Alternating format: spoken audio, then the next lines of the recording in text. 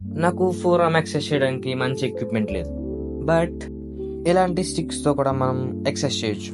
అదే swat swings. దీనివల్ల only four arm మాత్రమే కాకుండా hand grip and also shoulder stability కూడా పెరుగుతుంది. ఆ స్టిక్ అయితే 3 kgs. మీరు ఇంకా తక్కువ వాడుకోవచ్చు, కావాలంటే ఎక్కువ కూడా వాడుకోవచ్చు. డైలీ 15 reps 4 sets చేసి పని అయిపోద్ది.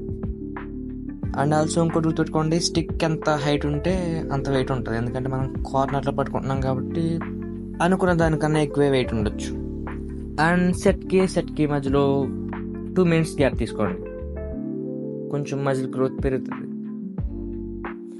ఈ స్వాట్ స్వింగ్స్ చేస్తుంటే నాకు సేమ్ డీమన్ స్లేయర్ ట్రైనింగ్ గుర్తొస్తుంది. అండ్ ఆల్సో MMA ట్రైనింగ్ కూడా చేస్తున్నా, వీడియోస్ పెట్టట్లేదు అంతే. అంటే నాకు లైటింగ్ సరిపోవట్లేదు వీడియో చేయడానికి.